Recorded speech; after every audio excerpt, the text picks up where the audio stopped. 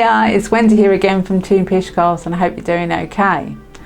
Today I'm just going to show you a quick video on a placemat that I made that is actually a set of 4, but now I only had one mould because this is a commission piece and the budget only allowed for one mould. So I had one mould and I made one at a time, roughly the same colours, well definitely the same colours, but roughly the same system and look about them.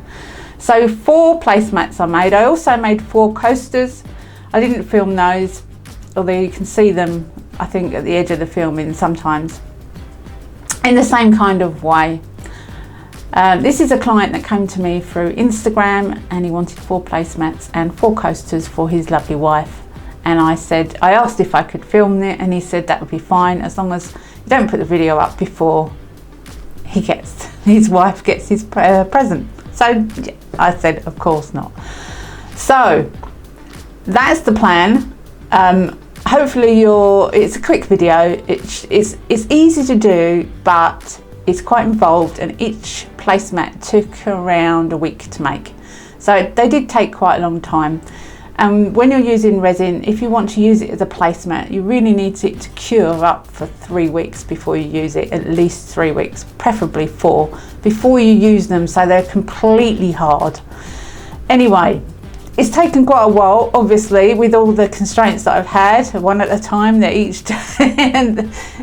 one to its different section and so on. So yeah, it's taken a while, but we got there in the end. I'll put up pictures of all of them at the end, and hopefully you enjoy this video. Thanks for watching. Okay, so this isn't the first one I made. This is actually the last one I made. Those are the 2 colours I'm using. I'm using Resin for You Sky Blue and a blue that came from eBay that I bought years ago. Couldn't tell you a brand, I'm afraid.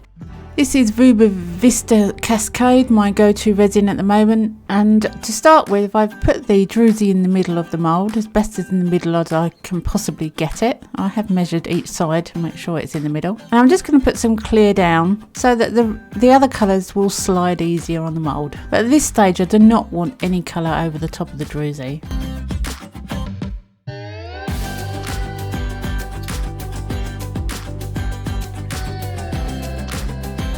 Look at that blue, isn't it gorgeous? It's a soap dye, I'm pretty sure.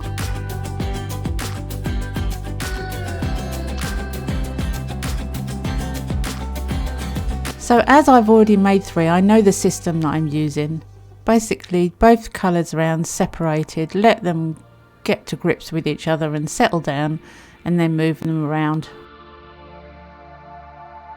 So I just keep going with the 2 blues that I have until I'm happy that it's not going to go over the top of the Druzy, but it's covered nicely.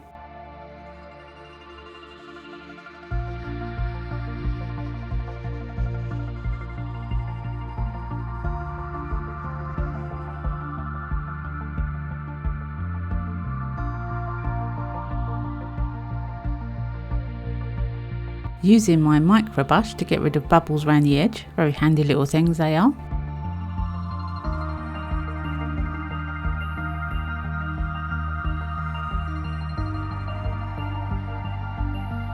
And the heat tool just to get rid of any surface bubbles.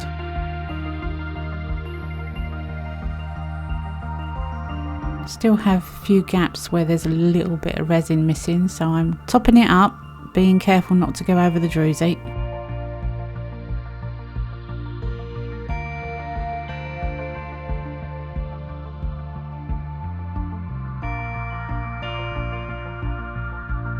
Stubborn bubble there.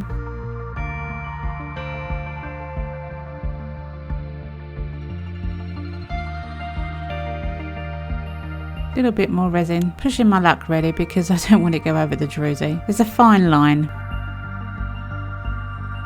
Now lately I've been using isopropyl alcohol to get rid of the majority of the bubbles. You saw I used the heat gun on that. I didn't feel it was working particularly well. I don't feel that heat guns work particularly well to get rid of bubbles. The flame does, an open flame, but I don't want to ruin my moulds, so the heat gun is the next best option I thought, until I tried using isopropyl alcohol. I've slowed it down so that you can see it, and I've speeded it up so you can see it. Kind of looks as if you're putting bubbles in it, but you're not.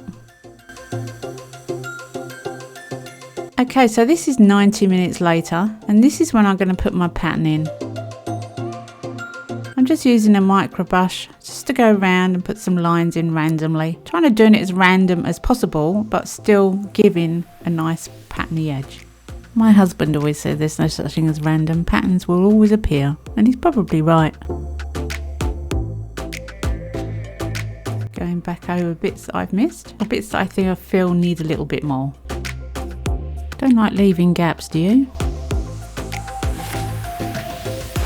And this is 24 hours later. Now these little stones are mostly clear, but they do have the odd one that's got a bit of a white colouring to it.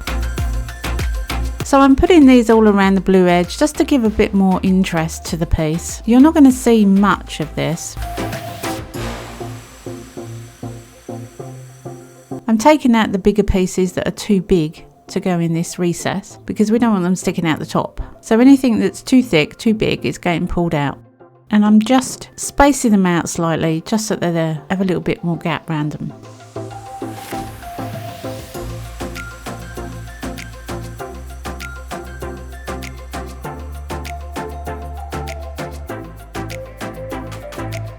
I'm using Ruby Vista Cascade again, my go-to resin at the moment.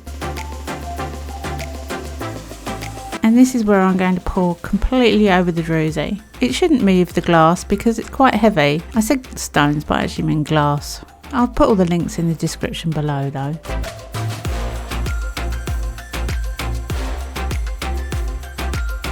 So I'm just going to make sure that all the glass is covered. There's no bubbles around the outside.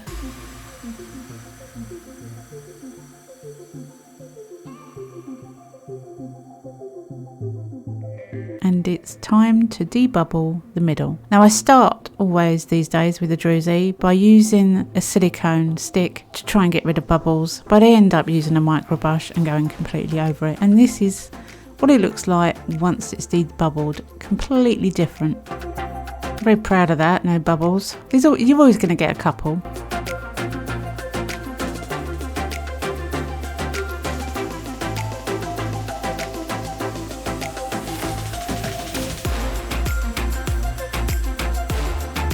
This is 24 hours later, time to demould.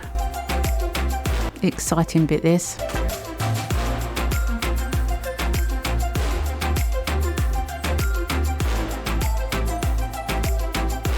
No resin underneath, which is great.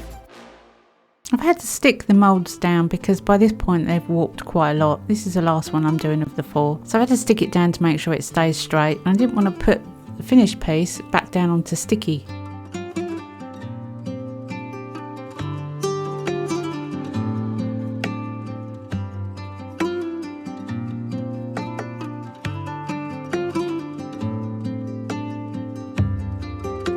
Isn't that lovely?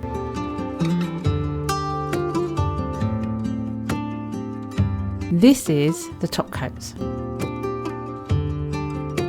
Vista Coaty, what a shine.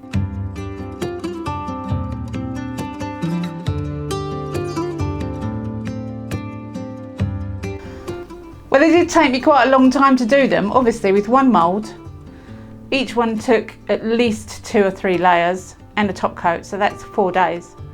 Obviously I've got a day job, so so I couldn't do them every day, but they've come out gorgeous, absolutely gorgeous. I love the swirly image on this where I do it with 90 minutes and swirl the colours together.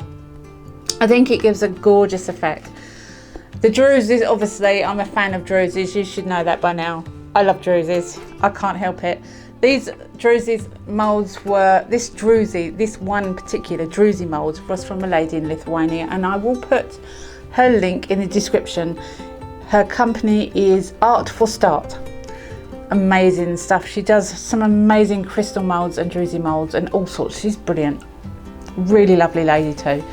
The coasters are little tiny druzys cut up into bits. I didn't do one solid because I wanted to do all the coasters at the same time. Bearing in mind they were taking quite a long time to do the big ones. I did the coasters all at the same time. I didn't put any stones in the coasters. I didn't think it needed it, but I do love the swirl effect in there and they go well with the big ones. So these are going off in the next couple of days for the person that's ordered them. I thought I'd share with you, might give you some ideas for the future or whatever you're doing. Anyway, I'll put some stills up at the end with the whole lot laid out. I hope you enjoy looking through them. I'll come back again next week. Have a nice week. Bye for now.